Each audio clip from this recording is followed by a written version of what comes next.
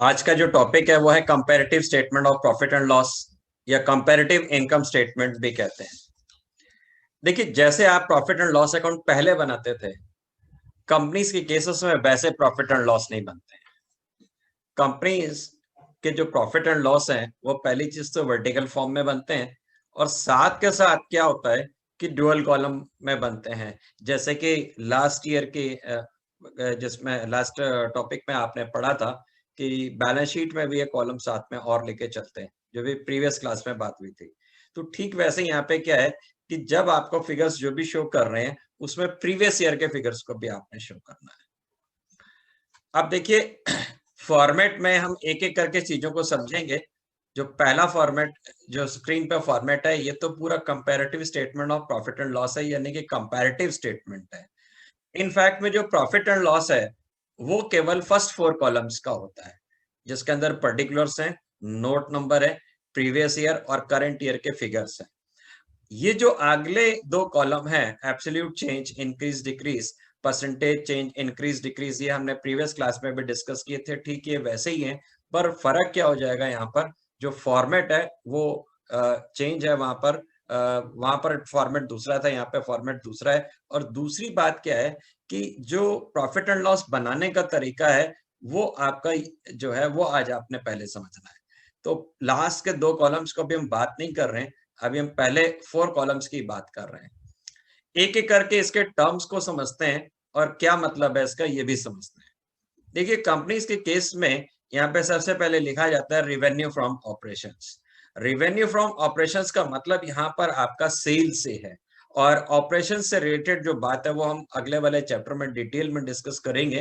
अभी हम इतनी सी बात समझ लेते हैं कि ऑपरेशंस का मतलब जो हमारा मेन बिजनेस है, जिस चीज का प्रिंसिपल एक्टिविटी है, जो हमारी जिस चीज का मेन कारोबार है, उसके जो उससे होने वाले जो रिवेन्यूज हैं वो सेल्स ही हैं, या उससे होने वाले कलेक्शंस हैं, उन कलेक्शंस को यहाँ दिखाना है। कुल मिला के अगर आप अपने अपने लिए बात समझना चाहते हैं तो वो बात ये है कि रेवेन्यू फ्रॉम ऑपरेशंस का मतलब आप सेल्स समझें। अब सेल्स के लिए भी एक बात और भी मुझे बतानी है कि कभी-कभी सेल्स के साथ में क्या होता है, कुछ रिटर्न्स भी होते हैं। यहाँ पर जब आपने फिगर यूज करना है तो वो आपने फाइनल फिगर यूज करना है नेट सेल्स का। नेट सेल्स का मतलब ये है कि जितनी भी सेल्स हैं उन सेल्स में से आपने रिटर्न्स को लेस करना है, और फाइनल जो फिगर आ रहा है आपका जो नेट सेल्स का, वो आपने यहाँ पे यूज करना है। अब देखिए, यहाँ पर दूसरा जो टर्म है वो है अदर इनकम। आपको एक बार फिर से याद करा दूं कि देखिए, अब जो सिस्टम आप पढ़ रहे हो इसमें हम सारी चीजों को विस्तार पूर्वक नहीं लिखते हैं। यहाँ पर हम क्या करते हैं, केवल मेन हेडिंग्स को लिखते हैं और उसके जो कंटेंट्स होते हैं उनको नोट्स टू अकाउंट में शो करते हैं। इसीलिए एक कॉलम और बनता है साथ में, नोट नंबर। नोट नंबर के अंदर क्या रहता है कि उस चीज से रिलेटेड जितनी भी डिटेल्स होंगी वो बताई जाएंगी। अब जैसे यहाँ पे मैंने लिख दिया, सपोज कर लीजिए कि अदर इनकम्स हैं 5 लाख रुपीस की, और यहाँ पे नोट नंबर 2 डाल दिया। अदर इनकम्स, इसके सामने नोट नंबर 2 डाल दिया नोट नंबर वाले कॉलम में। अब अमाउंट लिख दिया हमने 5 लाख। अब इसका मतलब क्या है कि जो अदर इनकम्स यानी कि कोई और इनकम सेल्स के अलावा किसी और प्रकार की जो इनकम है वो टोटल 5 लाख है। और अगर हम ये जानना चाहते हैं कि भाई ये 5 लाख कैसे आया, तो इसका नोट नंबर 2 देखें, और नोट नंबर 2 नीचे अलग से एडिशनल इंफॉर्मेशन होगी, वो नोट्स टू अकाउंट्स भी कहते हैं। पहले भी हमने पढ़ा है, शेयर्स की बैलेंस शीट में जो पढ़ा था वही नोट टू अकाउंट है, या जो हमने डिबेंचर्स की बैलेंस शीट में पढ़ा था वही नोट टू अकाउंट है। अब यहाँ पर क्या है कि जैसे 5 लाख रुपए का हम एग्जांपल ले रहे हैं कि अदर इनकम है, तो नोट में जाकर हम देखेंगे कि भाई 5 लाख कैसे हो रहे हैं, ये 5 लाख कैसे हो रहे हैं। तो वहां पे दिया रहेगा कि भाई रेंट मिला है 2 लाख रुपए का, इंटरेस्ट मिली है 3 लाख रुपए की, या डिविडेंड्स मिले हैं 5 लाख 50,000 रुपए के, वगैरह वगैरह जो भी डिटेल्स है वो उसके अंदर मिल जाएंगे। और टोटल अमाउंट जो होगा वो अदर इनकम्स का यहाँ पे लिखा होगा। तो कुल मिला के हमने यहाँ पर सबसे पहले ये देखना होता है, अगर हम इन्हें नटशेल बात करें तो पहले 3 पार्ट जो लिखे हैं 1 2 3, यहाँ पर हमारे जो है वो रिवेन्यूज की बात है, इनकम्स की बात है, यहाँ पर शो करते हैं। एक तो हम बताते हैं जो ऑपरेशन से यानी कि सेल से जो हमारे पास पैसे आ रहे हैं, फिर हम दूसरे नंबर पे बताते हैं किसी और प्रकार की इनकम से कितने आ रहे हैं, और फिर हम यहाँ पे बताते हैं कि इनका टोटल हमसे हमें कितना अमाउंट मिला। पहले टोटल, कर लिया, टोटल करने के बाद फिर अगली लिस्ट एक बनाई जाती है एक्सपेंसेस की। एक्सपेंसेस में यहाँ पर cost of material consume, purchase of stock in trade, changes in inventories of finish goods, work in progress, stock in trade, employees benefit expenses, finance cost, depreciation and other expenses, ये जो headings हैं अब हम इसमें discuss करते हैं। देखिए, cost of material consume का मतलब ये कि जो मटेरियल आपने खरीदा था वो सारा तो लग नहीं गया, उसमें से कितने रुपए का मटेरियल यहाँ पर इस्तेमाल हुआ है, कितने रुपए का मटेरियल आपने यूज कर दिया है, वो आप दिखाते हैं यहाँ पर। इसके अलावा हम इसको एक दूसरे तरीके से भी हम क्या करते हैं, अगर कॉस्ट ऑफ मटेरियल नहीं लिखना चाहते तो हम एक दूसरे तरीके से भी इसको लिख सकते हैं कि कितने रुपए का स्टॉक किए खरीदा है, और उसमें उसके बाद जो है अगला टर्म है चेंजेस इन इन्वेंट्रीज। इन्वेंट्रीज का मतलब आप स्टॉक समझिए। स्टॉक तीन तरह के होते हैं, एक होते हैं फिनिश्ड, एक होते हैं सेमी फिनिश्ड, और एक होते हैं वर्क क्या बोलते हैं, रॉ मटेरियल। रॉ मटेरियल का मतलब क्या है कि कच्चे कच्चे कच्चे कच्चा सामान है, मटेरियल अभी वो उसमें कुछ भी फॉर्मेशन नहीं हुआ है, कुछ भी प्रोसेसिंग नहीं हुई है। जैसे कि हम मान लेते हैं फर्नीचर का काम करते हैं, तो अभी केवल ला के लकड़ी रखी हुई है या प्लाईवुड रखी हुई है, वो रॉ मटेरियल है। फिर सेमी फिनिश्ड है, जिसको हम दूसरे नाम से भी जानते हैं work in progress. Semi finish का मतलब क्या होता है, आधा बना हुआ, आधा अधूरा बना हुआ, या इनकम्प्लीट स्टॉक भी कहते हैं, या वर्क इन प्रोग्रेस इसलिए कह देते हैं कि अभी उस पर काम पूरा नहीं हुआ, अभी काम उस पर चल रहा है। तो ये जो वर्क इन प्रोग्रेस है या सेमी फिनिश्ड है, ये भी एक कैटेगरी है स्टॉक की, जिसका मतलब क्या है कि स्टॉक अभी पूरे तरीके से निर्मित नहीं है, पूरी तरीके से वो तैयार नहीं है। फिनिश स्टॉक का मतलब क्या है कि वो स्टॉक जो पूरी तरीके से तैयार हो गया, जो कंप्लीट हो गया। ये तीन कैटेगरी स्टॉक के हो सकते हैं। अब एक जो टर्म यहाँ पे लिखा हुआ है change in inventories, change in inventories का मतलब क्या है कि हम यहाँ पे क्या करते हैं, जो इन्वेंट्रीज में चेंजेस हुए, इन्वेंट्रीज यानी कि स्टॉक, स्टॉक की तीन कैटेगरी हो सकती है, उन स्टॉक में जो चेंजेस हुए उनको हम यहाँ पे लिखते हैं। मेरे को लगता है कि बहुत अच्छे से बात नहीं समझ में, मैं एक एग्जांपल देता हूँ। देखिए, आपने स्टॉक जो देखा है वो दो प्रकार का देखा है, एक ओपनिंग और एक क्लोजिंग। तो ओपनिंग और क्लोजिंग से क्या चेंज हो गया, ओपनिंग और क्लोजिंग स्टॉक को आपस में सेट ऑफ करके प्लस माइनस करके जो फिगर आता है वो हमने यहाँ पे शो करना होता है। अभी हम इसको प्रैक्टिकली सम्स के केस में भी समझेंगे। कुल मिला के फिर से रिकॉल करा दूं, चेंज इन इन्वेंट्री का मतलब क्या है कि जो स्टॉक ओपनिंग स्टॉक है और जो क्लोजिंग स्टॉक है उससे कितने रुपयों की तब्दीली हुई, उससे कितने रुपए का फर्क आ गया। तो जो ये फर्क आ गया वो हम यहाँ पे शो करते हैं। ओपनिंग और क्लोजिंग स्टॉक तो आप पहले जानते ही हो, और ये ओपनिंग और क्लोजिंग स्टॉक तीन तीन प्रकार के हो सकते हैं। कौन कौन से, finished, semi finished and raw material. और दूसरे नाम क्या हो सकते हैं, फिनिश्ड, वर्क इन प्रोग्रेस या रॉ। अभी हम प्रैक्टिकल जब करेंगे तब हम इसमें और बात को समझेंगे। अब देखिए, ये जो हम बात कर रहे हैं अभी हम कंपैरेटिव की बात नहीं कर रहे हैं, इस समय हम यहाँ पर फर्स्ट 4 कॉलम से बात कर रहे हैं। हम तो इस समय नए तरीके से, नए रूप में जो प्रॉफिट एंड लॉस अकाउंट बनता है, हम उस प्रॉफिट एंड लॉस को बनाने की बात कर रहे हैं कि प्रॉफिट एंड लॉस कैसे बनेगा। फिर देखिए, फाइनेंस कॉस्ट का मतलब आपने बिजनेस स्टडीज में भी पढ़ा होगा, ये वही फाइनेंस कॉस्ट मतलब रखता है। यहाँ पर आपके लिए इन ए नटशेल मतलब क्या है कि जो आपने रुपए लिए हुए उसकी जो कॉस्ट, यानी कि जो आप उसके ऊपर इंटरेस्ट का पेमेंट कर रहे हो, तो इंटरेस्ट के लिए हम फाइनेंस कॉस्ट वर्ड यहाँ पे यूज करते हैं।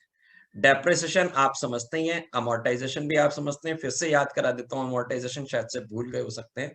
देखिए, डेप्रिसिएशन लगता है टेंजिबल एसेट्स के ऊपर। जब टेंजिबल एसेट्स रिड्यूस हो रही होती है, उसकी वैल्यू रिड्यूस हो रही होती है, तो आप उसको बोलते हैं ये डेप्रिशिएट हो रही है। बट अगर इनटेंजिबल एसेट्स डेप्रिशिएट हो रही हो, हम डेप्रिसिएशन वर्ड नहीं यूज करेंगे, हम वहां पे वर्ड यूज करते हैं अमोर्टाइजेशन। अमोर्टाइजेशन यानी कि डेप्रिसिएशन और अमोर्टाइजेशन अगर हम अपने मन में बात लेके चलें तो वो एक ही चीज है। अमोर्टाइजेशन भी एक तरह का डेप्रिसिएशन है, पर हम डेप्रिसिएशन शब्द नहीं इस्तेमाल कर सकते क्योंकि वो इनटेंजिबल एसेट्स के ऊपर लग रहा है। तो जो इनटेंजिबल एसेट्स हैं उसके एग्जांपल्स भी दे देता हूं मैं आपको। जैसे कि आपके पास सॉफ्टवेयर्स हो गए, या आपके पास परमिट्स हो गए, या आपके पास लाइसेंस हो गए, या गुडविल हो गई, ये सारे इनटेंजिबल एसेट्स हैं। ये जब राइट ऑफ हो रही होती हैं तो हम डेप्रिसिएशन टर्म नहीं यूज करते, हम टर्म यूज करते हैं अमोर्टाइजेशन। इस तरीके से हमने क्या करना है कि 4 के अंदर क्या है, टोटल जितने भी एक्सपेंसेस है उन सारे एक्सपेंसेस का टोटल कर लेना है, और ये टोटल एक्सपेंसेस लिख दिए। इसके बाद क्या करते हैं हम, जो टोटल रिवेन्यूज आए थे और जो टोटल एक्सपेंसेस आए थे, इनका हम डिफरेंस निकाल लेते हैं।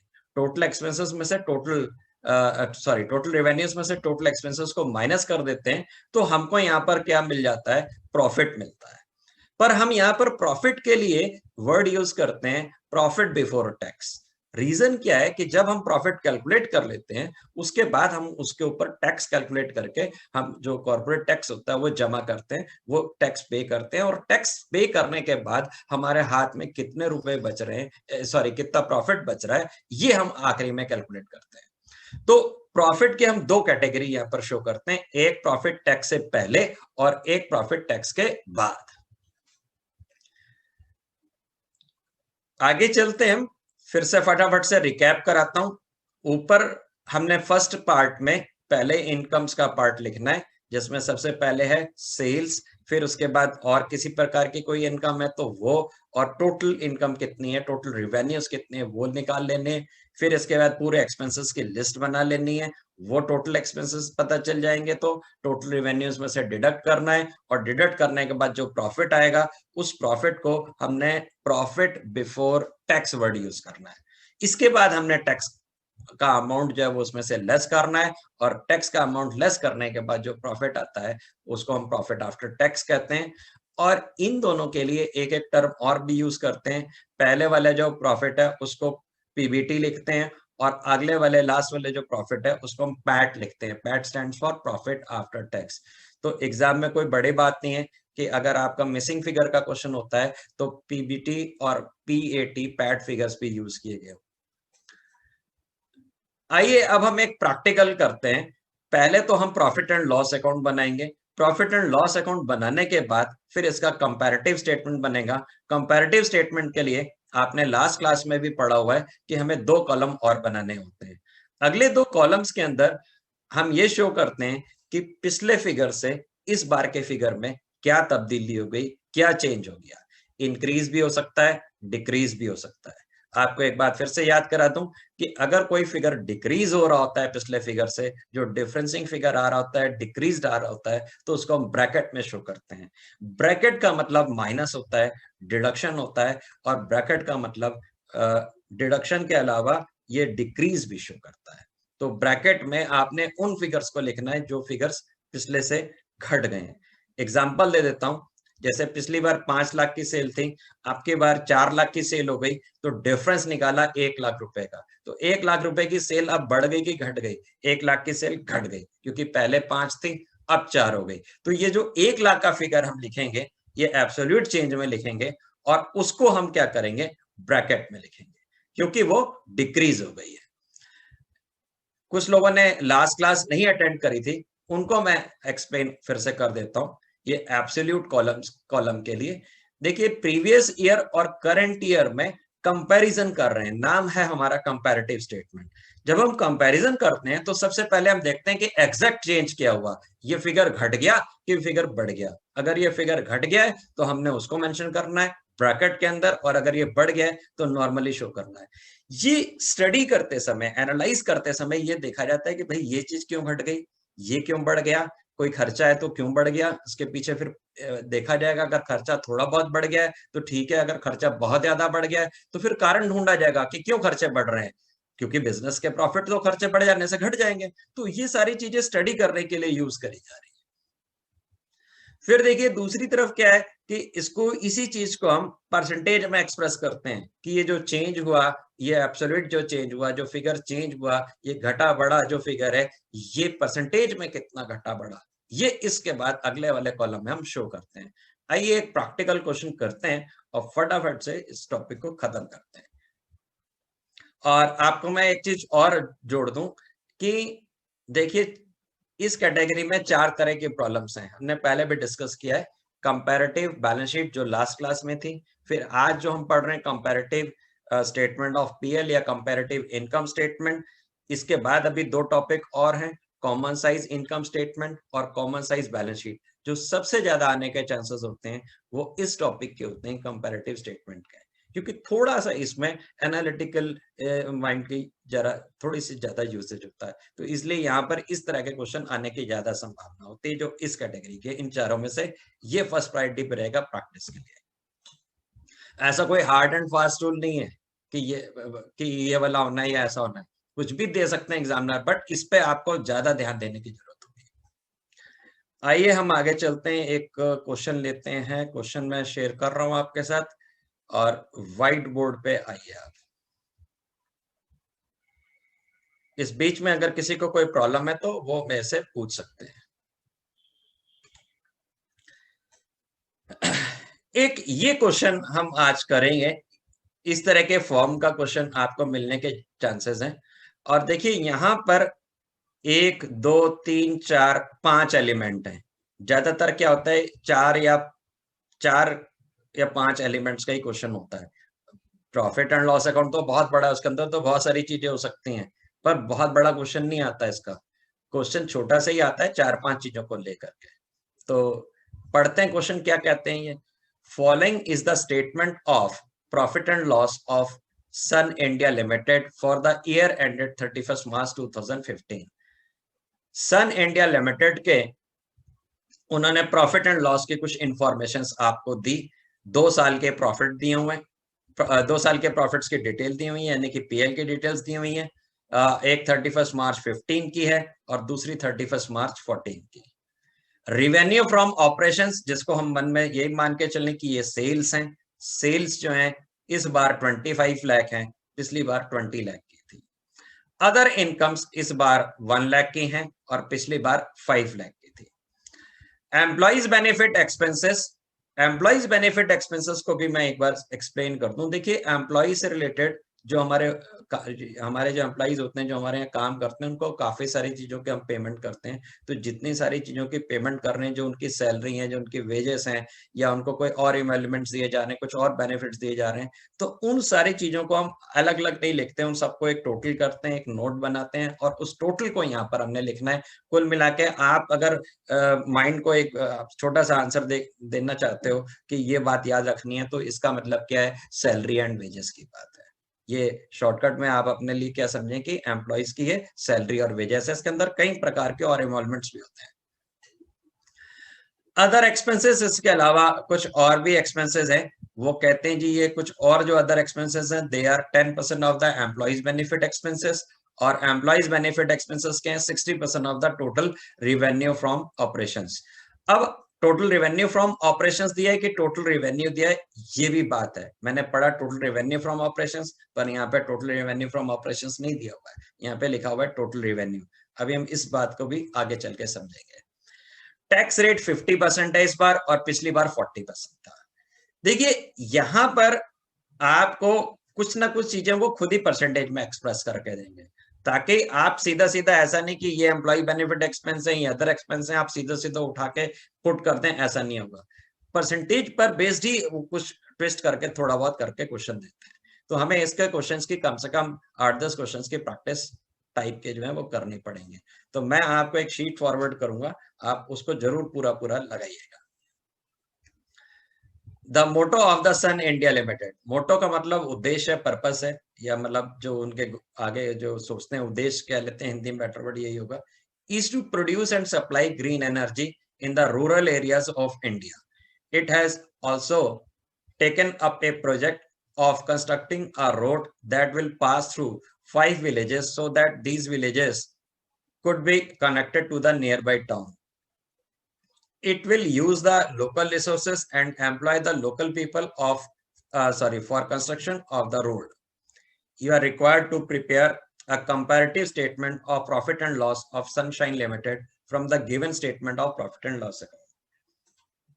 देखिए ये जो नीचे पैराग्राफ दिया हुआ है या नीचे जो डिटेल्स दी हुई हैं, इसमें यहाँ पर कुछ अच्छी बातें, कुछ अच्छे काम कर रहे हैं। जैसे क्या काम कर रहे हैं कि वो लोग सड़क बना रहे हैं गांव में, एक पिछड़े हुए इलाके में जाकर काम कर रहे हैं, कुछ ग्रीन एनर्जीज की बात कर रहे हैं। तो अब क्या है कि इस पैटर्न पे क्वेश्चन जो बीच का जो दिया हुआ है, ये जो पैराग्राफ दिया हुआ है, इस पैटर्न के क्वेश्चंस अब इस बार नहीं पूछे जाएंगे। यहाँ पर जो दिया हुआ है वो पहले का क्वेश्चन है, उसमें क्या होता था, वो एक छोटी सी बात और भी क्वेश्चन में पूछते थे कि भाई इससे वैल्यूज क्या मिल रही हैं, इससे क्या समाज में अच्छा काम कर रहे हैं, तो कुछ वैल्यूज अगर आपको नजर आती हैं तो उसको भी लिखिए, तो उसका भी 1 नंबर का क्वेश्चन होता था। अब यहाँ पर क्या है कि वैल्यूज तो हमें नजर आ रही है, पर ये हमसे वैल्यूज पूछे नहीं जाएंगे। तो जैसे वैल्यूज की बात क्या है, वो गांव के लोगों को एम्प्लॉयमेंट दे रहे हैं, सड़क कनेक्ट कर रहे हैं, गांव में जाके काम कर रहे हैं, कुछ अच्छी बातें जो होती हैं आपको नजर आती हैं, तो सीबीएसई ऐसे क्वेश्चंस बीच में पूछा करता था। तो क्वेश्चन वही है, 16 का क्वेश्चन है, 16, 17, 18 तक ये क्वेश्चन पूछे जाते थे। 19, 20 से ये अब इस तरह के क्वेश्चंस नहीं पूछे जाते, यानी कि जो क्वेश्चन आपको पूछा जाएगा वो केवल ऊपर का पार्ट जो ब्लू एरिया में दिख रहे हैं, केवल वही स्काई ब्लू एरिया का ही इतने क्वेश्चन रहेगा।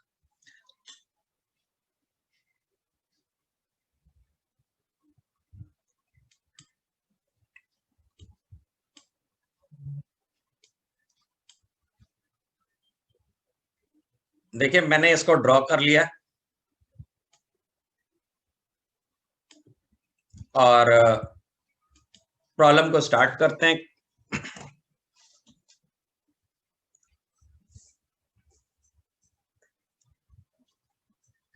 सबसे पहले तो आपको एक चेंज ये करना है, ये देखिए बेटर रहता है हमारे लिए कि हम ये जो फिगर है यहाँ पर पीछे प्रीवियस ईयर लिखें और आगे करंट ईयर लिखें। तो ये जो फिगर है आपके, ये आपके चेंज रहने चाहिए। अगर आपको वो देता भी है तो उन फिगर्स को आप क्या करोगे, चेंज करोगे। मैंने आपको ये याद रहे इसलिए सामने आपके करके बता रहा हूँ। उन्होंने हमें उल्टे दिए हैं, पहले करंट लिखा है फिर प्रीवियस लिखा है, हमने यहाँ पे प्रीवियस और करंट इस तरह से चेंज करके लिखने हैं। नहीं करते हैं चेंज तो भी चलेगा, बट जो 99% प्रॉब्लम्स हैं जो सॉल्व करने का तरीका है वो ये है कि पहले प्रीवियस लिखें फिर करंट लिखें।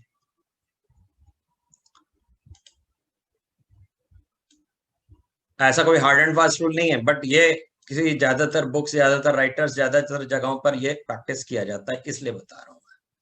तो सबसे पहले तो हमने क्या करना है, फर्स्ट 4 कॉलम्स में प्रॉफिट एंड लॉस को बनाना है। बाद में अगले 2 कॉलम्स जो हैं उसके अंदर हमने कंपैरेटिव स्टेटमेंट बनाना है। तो सबसे पहली जो हेडिंग है आपको याद रहनी चाहिए, हमें सेल्स के फिगर लिखने होते हैं, हालांकि इसमें और चीजें भी होती हैं। अब और चीजें कैसे हो सकती हैं, कुछ अगर स्टूडेंट सोच रहे हैं तो मैं एक्सप्लेन भी कर देता हूँ। अब जैसे हम अपने इंस्टीट्यूशन की बात करें तो हमारे इंस्टीट्यूशन में तो सेल्स नहीं होती, कोई सेल्स का काम ही नहीं हमारे, तो फीस का कलेक्शन है। तो that fees collection will be the revenue from operations. पर आप अपने माइंड में रेवेन्यू फ्रॉम ऑपरेशंस का मतलब सेल्स ही मान के चलिए, क्योंकि आपके जितनी भी प्रॉब्लम्स हैं उसमें सारी चीजें इसी इसी तरीके से दी हैं। तो सबसे पहले हमें रेवेन्यू फ्रॉम ऑपरेशंस लिखने, और आपको एक बात फिर से मैं याद करा दूं कि देखिए अगर कोई रिटर्न्स हैं सेल्स रिटर्न, तो आप उन रिटर्न्स को लेस कर दीजिए। जैसे 5 लाख की सेल है, 5 लाख की सेल्स है, वो कहते हैं जी 20,000 रुपीज की सेल्स रिटर्न है, तो 5 लाख में से 20,000 माइनस करके 4,80,000 के फिगर को यूज करना है आपने।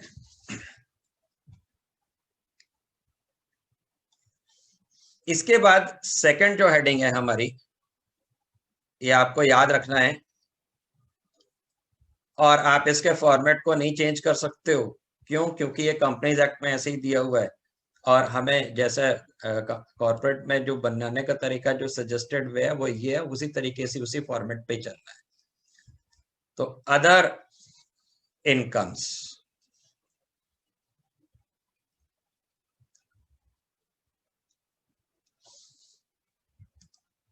क्वेश्चन में हमने देखना है कौन सा ईयर था, 1514,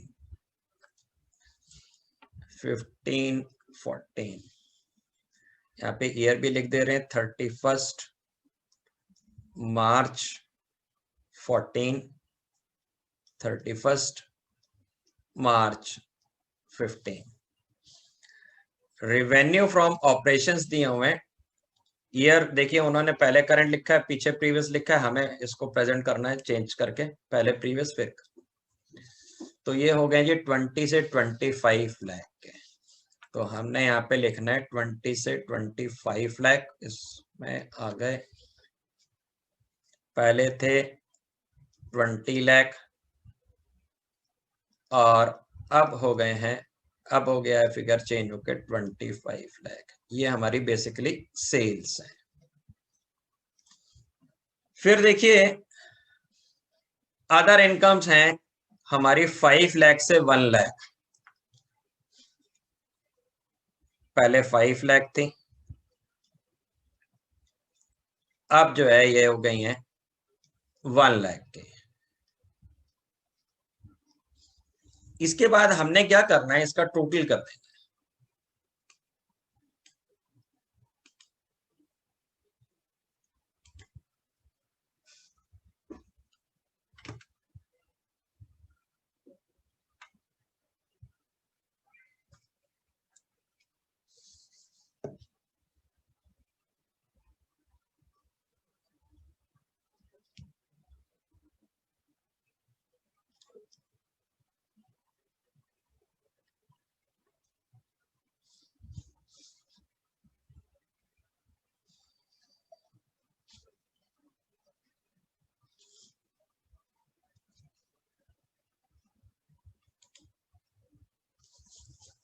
टोटल आ गया हमारा 25 लाख एंड 26 लाख।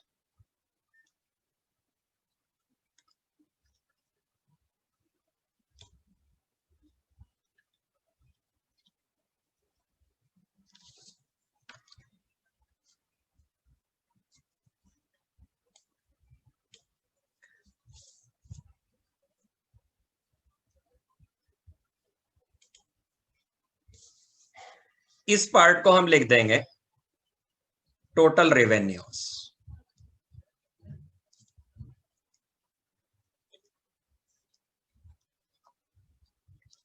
और टोटल रेवेन्यूज जो हैं ये कैसे आ रहे हैं, यहां पर ये आगे एक्सप्रेस भी किया जाता है ब्रैकेट में, it is a summation of first and second, इन दोनों का टोटल है ये, फर्स्ट और सेकंड का।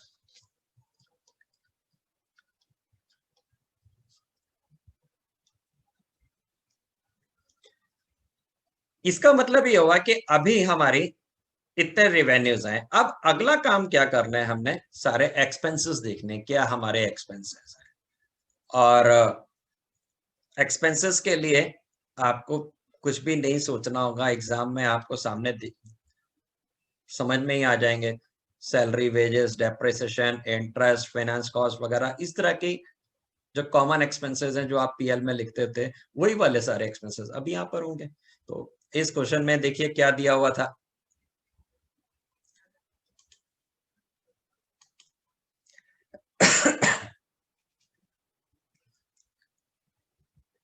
इन्होंने दिया हुआ है employees benefit expenses and other expenses, employees benefit expenses and other expenses. Heading लिख देते हैं हम एक्सपेंसेस, और इसके अंदर काफी सारी चीजें हैं, जैसे ए बी सी डी करके हमने लिखना है। तो इनका जो पहला था वो था एम्प्लॉइज बेनिफिट एक्सपेंसेस। तो एम्प्लॉइज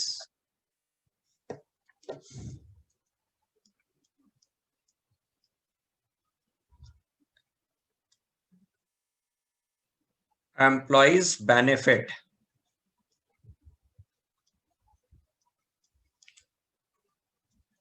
एक्सपेंसेस, फिर था अदर एक्सपेंसेस। एम्प्लॉइज बेनिफिट के एक्सपेंसेस का मतलब क्या है, जो हमारे कर्मचारी हैं जो हमारे यहाँ काम करते हैं उनकी सैलरी या वेजेस की बात, और साथ के और भी कई सारी चीजें होती हैं जो अभी आपसे मतलब नहीं रखते। हमें इस क्वेश्चन में दो ही एक्सपेंसेस दिए हुए थे, एक तो लिखा हुआ है एम्प्लॉइज बेनिफिट एक्सपेंस और एक लिखा हुआ है अदर एक्सपेंस। अब देखिए एम्प्लॉइज बेनिफिट एक्सपेंस और अदर एक्सपेंसेस जो है, पहले हम स्टार्ट करेंगे उस तरफ से 50% ऑफ द टोटल रिवेन्यू। देखिए आपको यहां पर बहुत जरूरी है ध्यान देने के देना है कि ये टोटल रिवेन्यू है 25 लाख और ये है रिवेन्यू फ्रॉम ऑपरेशन। तो ये जो परसेंटेज जो दिया हुआ है ये टोटल का दिया हुआ है या फिर आपको रिवेन्यू फ्रॉम ऑपरेशन का दिया हुआ है, ये आपको बात बड़े अच्छे से नोट करनी है। अब उसने बोला है जी 50% है, 50% किसका, 25 का निकालूं कि 20 लाख का। अब यहाँ उसने टोटल बोला है इसलिए मैं 25 लाख का निकालूंगा। अगर बोलता है रिवेन्यू फ्रॉम ऑपरेशन का 50% है तो मैं 50% इसका 20 लाख का निकाल रहा हूँ। तो अभी तो उन्होंने बोला है कि इस क्वेश्चन में 50% ऑफ द टोटल रिवेन्यू, तो टोटल रिवेन्यू जो था आपका वो 25 लाख है और 25 लाख का 50% हो गया 12,50,000।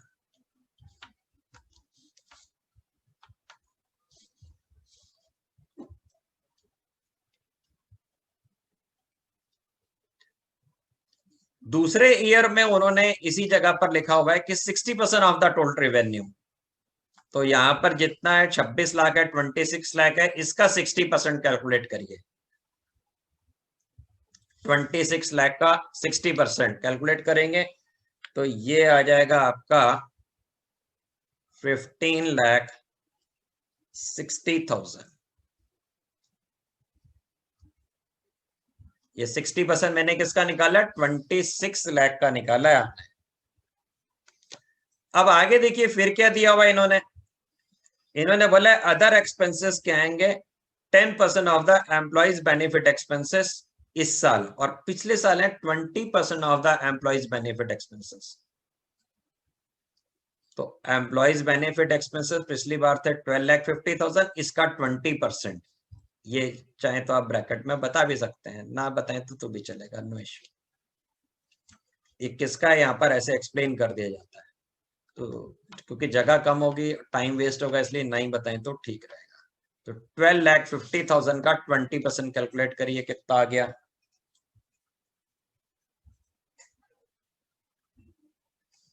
ये आ जाएगा आपका 2,50,000 रुपीज।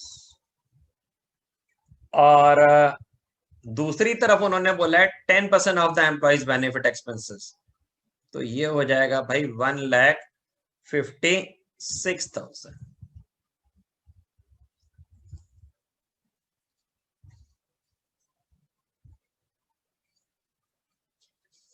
इसके बाद आपने क्या करना है कि इस तरह से सी डी ई एफ जितने भी एक्सपेंसेस होंगे उन सारे एक्सपेंसेस को लिखते रहना है ए बी सी डी करके। यहाँ पे तो कोई है नहीं, और तो अब हम क्या करेंगे, इसका टोटल कर देंगे। आइए टोटल कर देते हैं इसका।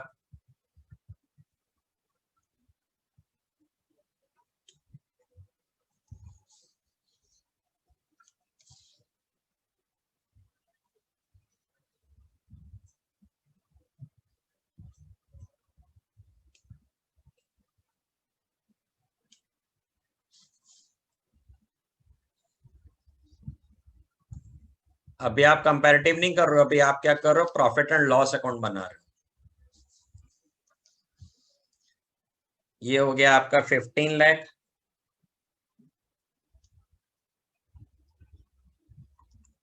ये हो जाएगा आपका 17,16,000, और इसके आगे हम लोगों ने लिख देना है जैसे टोटल रिवेन्यूज थे, तो ये अब टोटल यही है, ये सारा क्या हो जाएगा हमारा total expenses, it will be total expenses.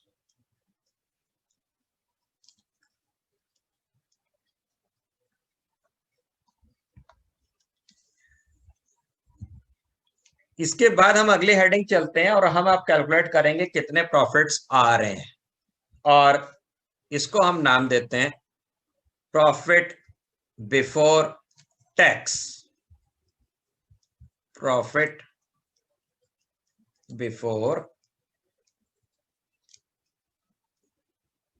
Tax.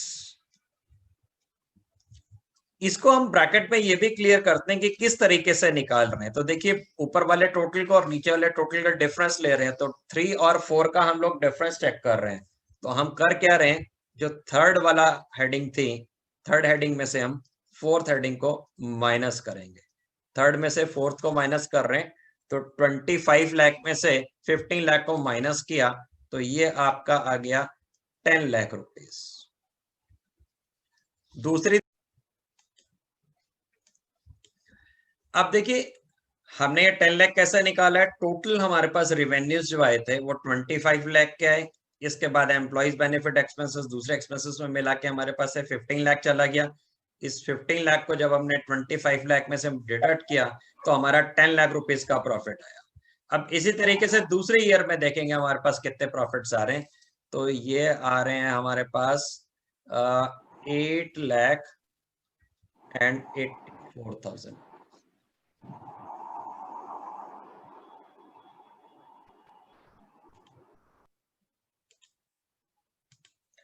अब देखिए 884 यहां पर आया और यहाँ पे 10 लाख रुपीस के प्रॉफिट आ गए। ये प्रॉफिट हम लोग नॉर्मली क्या लिखते थे कि प्रॉफिट है। अब यहां पर क्या चेंज है कि इसमें एक हमने वर्ड चेंज कर दिया, प्रॉफिट बिफोर टैक्स। सीधी सी बात है, प्रॉफिट बिफोर टैक्स क्यों बोल रहे हैं, क्योंकि भाई अभी तक टैक्स इसमें से माइनस नहीं हुआ। तो अगले काम क्या करना है कि इसमें से जो भी हमारा टैक्स था वो हमने टैक्स को डिडक्ट करना है। तो 6 हेडिंग है हमारी यहाँ पर टैक्स की। टैक्स का रेट दिया हुआ होगा आपको, और जरूरी नहीं कि सेम रेट हो, अलग अलग रेट भी हो सकते हैं। आइए क्वेश्चन में देखते हैं क्या दिया हुआ है। क्वेश्चन में लिखा है कि पिछली बार 40% का टैक्स था, इस बार 50% का टैक्स है। तो 40% पिछली बार के इनकम के ऊपर टैक्स और 50% अब की बार के इनकम के ऊपर। अब चूंकि आप पलट के लिखते हैं तो परसेंटेज पे बहुत वाइजली ध्यान रखना होगा आपको। पिछली बार का अगर हम कैलकुलेट करते हैं 10 लाख का 40% हो जाएगा जी 4 लाख, और यहां पर 50% है टैक्स इस बार, तो ये हो जाएगा 44200। अब इतना काम कर लेने के बाद फिर हम चेक करते हैं कि अब हमारे पास प्रॉफिट्स कितने बच रहे हैं, और ये जो प्रॉफिट होते हैं ये प्रॉफिट्स आगे शेयर होल्डर्स में डिविडेंड के लिए यूज करते हैं, इससे हम रिजर्व्स बनाते हैं। तो अगला वाला पार्ट क्या है, profit after tax.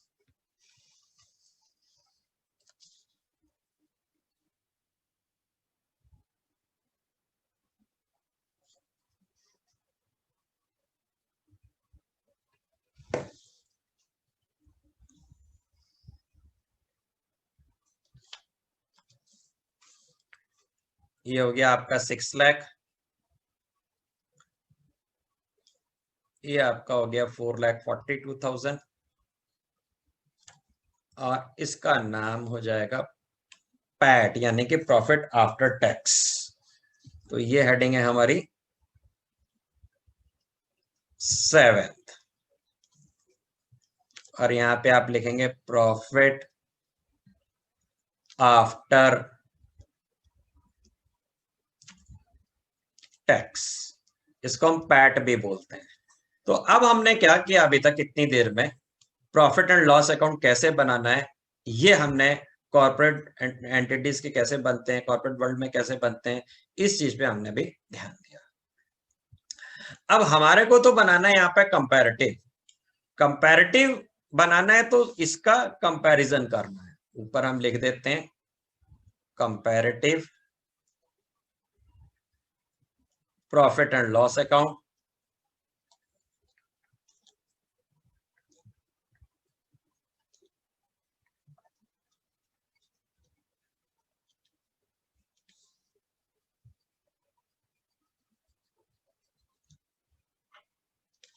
For the, हम कौन से पीरियड के लिए बना रहे हैं, for the year ended 31st March 15।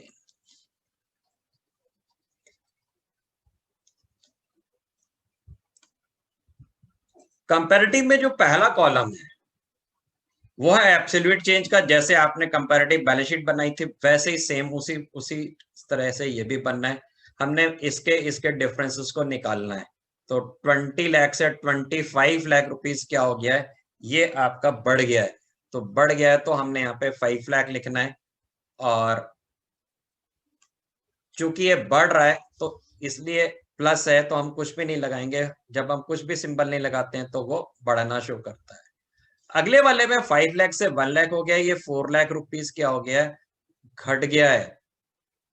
इसका जो डिफरेंस आ रहा है वो शो कर रहा है कि घट गया है, तो इसलिए मैंने क्या करा, ब्रैकेट, यहाँ पे हमने ब्रैकेट बना देना है। ब्रैकेट का मतलब क्या है, ये डिक्रीज हुआ है। फिर देखिए एक बात और जो आपको ध्यान देनी है, वो ध्यान ये देनी है कि आपने ना इसको ऐसे वर्टिकली नहीं बनाना है। कंपैरेटिव ऐसे चलेगा, इस तरीके से करते हुए चलना है आपके लिए, वो बेटर रहेगा हमेशा।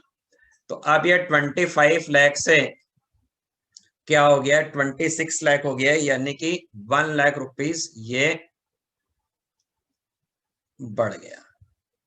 बढ़ने के लिए कोई सिंबल नहीं है, अगर कुछ भी नहीं सिंबल लगाया आपने, ब्रैकेट नहीं लगाया, तो इसका मतलब वो इंक्रीज है। ये 12,50,000 से 15,60,000 हो गया, और ये बढ़ गया है भाई आपका 3,10,000। फिर 2,50,000 से ये हो गया है 1,56,000। तो ये यहाँ पर क्या हो गया, घट गया है, और घट के ये कितना हो गया है, कम हो गया है, 94,000 घट गया है। कुल मिला के हम डिफरेंस निकाल रहे हैं। अब चूंकि ये घट गया है तो मुझे यहाँ पे ब्रैकेट लगाना पड़ेगा। बैलेंस शीट में भी यही काम करना होता था।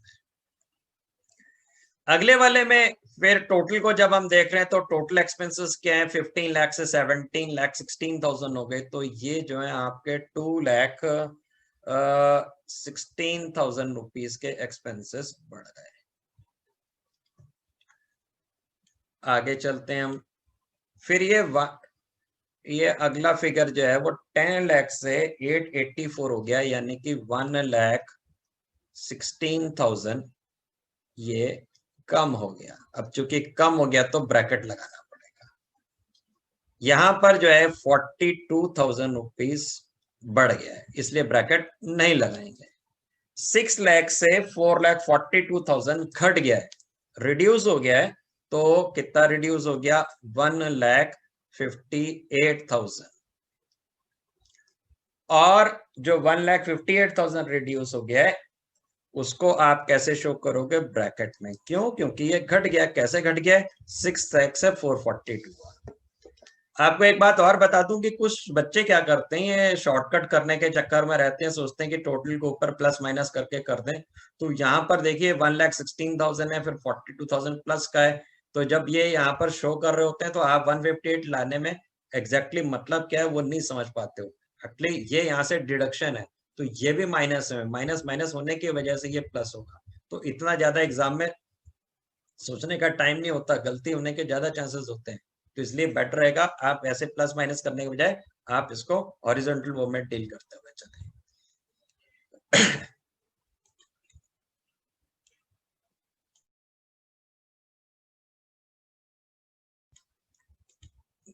नेक्स्ट कॉलम में इन्हीं सारी चीजों को हमको परसेंटेज में एक्सप्रेस करना होता है। हम इन सब चीजों को ये शो करते हैं कि ये भाई कितना परसेंटेज है इसका। तो परसेंटेज में शो करने के लिए क्या आपको बताया था सिस्टम, कि आप एक बढ़िया सा वर्किंग नोट बगल में बना लें एक पेज में।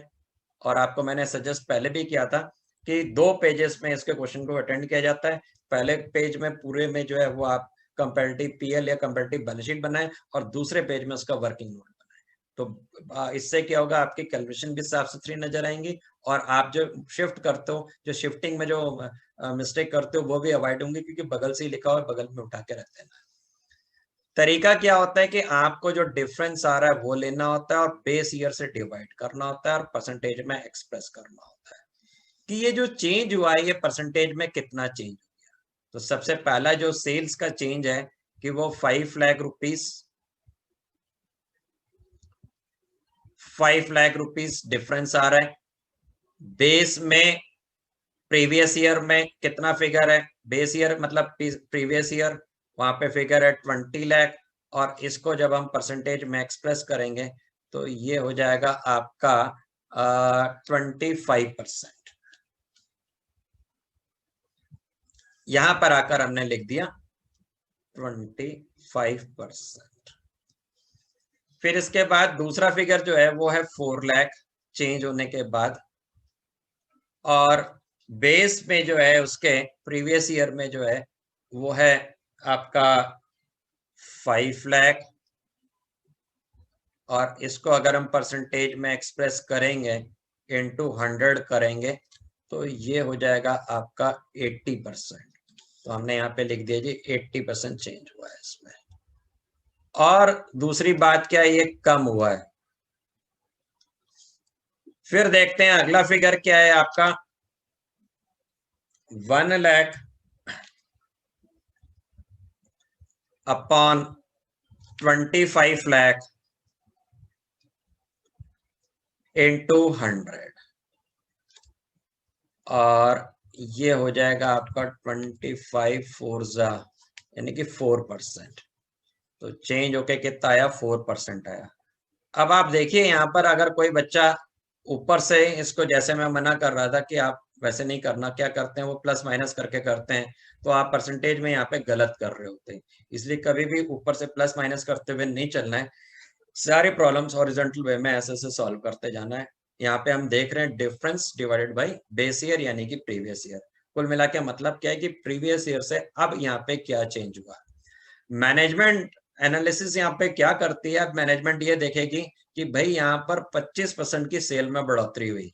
उन्होंने पहले से प्लान किया होता है, आपने प्लानिंग बिजनेस स्टडीज में पढ़ी है कि इस बार 50% की सेल्स बढ़ानी है, 60% की सेल बढ़ानी है, 80% बढ़ानी है या डबल करनी है। तो वो यहाँ पे परफॉर्मेंस भी चेक कर रहे होते हैं, अरे यार ये तो सिर्फ 25% बढ़ी, या उन्होंने प्लान किया था 20% बढ़ाने का, अरे 20% बढ़ाने का प्लान किया था 25% बढ़ गया, ये तो ज्यादा बढ़ गया, अच्छी है परफॉर्मेंस।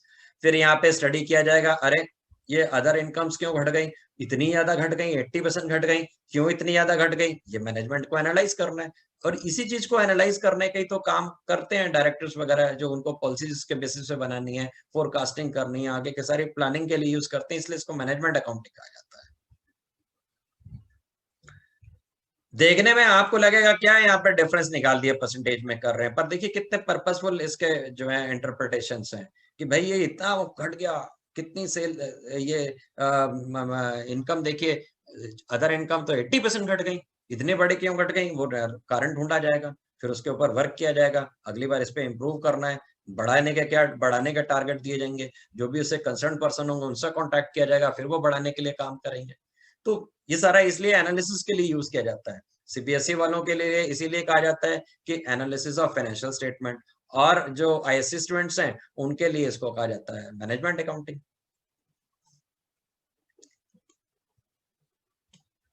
फिर आगे देखते हैं यहाँ पर चेंज क्या हो गया, ये 3,10,000 जो है फिगर है हमारा चेंज का, और पहले था 3,10,000 था, और पिछला फिगर है जी 12,50,000।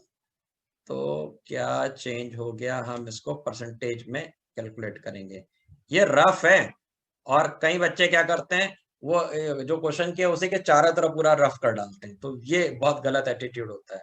रफ को भी फेयर की तरह शो करना है और उसको नाम देना है वर्किंग नोट। तो आप बगल के वाले पेज में सामने परसेंटेज निकालते रहेंगे तो टीचर को भी दिखता है कि हाँ भाई बच्चे ने मेहनत करी हुई है।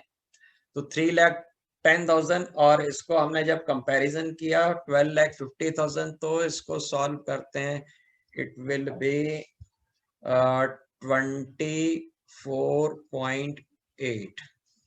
तो यहाँ पे लिख दीजिए 24.80%। अगले वाले में क्या चेंज हो गया जी, 94,000 चेंज है, बेस ईयर में है 2,50,000, 94,000 डिवाइडेड बाई 2,50,000 इंटू 100, और इसको हम सॉल्व कर लेते हैं। तो ये हो जाएगा आपका 37.60%। तो 37.60%। फिर इसके बाद है 2,16,000 इंटू 100, और डिवाइडेड बाय 15 लाख, तो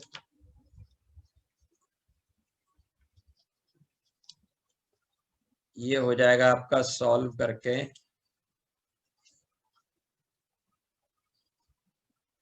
14.4%।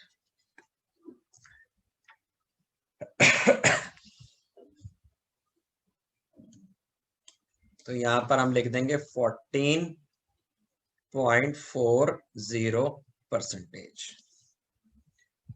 फिर अगला फिगर है यहां पर 1,16,000, 1,16,000 डिवाइडेड बाई है 10 लाख, और इनटू हम 100 कर दें।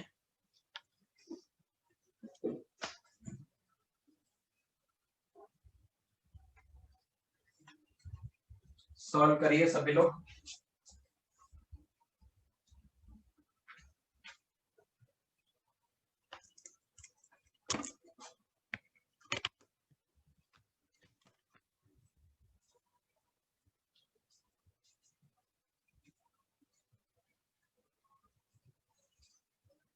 ये हो गया आपका 11.6, इस जगह पे हमने लिख देना 11.60%। और हमने ब्रैकेट भी लगाना है। कहाँ कहाँ ब्रैकेट लगाना था? एक तो 37.60 पे लगाना था, एक हमने यहाँ पे लगाना है। अब 2% और कैलकुलेट करनी है हमें। अगली है 42,000 अपॉन 4 लाख, तो 42,000 अपॉन 4 लाख, तो ये हो जाएगा आपका, ओरली कैलकुलेट कर लेते हैं। इट विल बी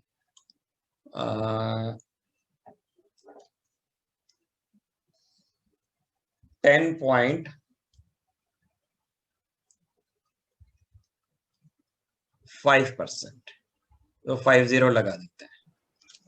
ये वाला फिगर तो कम।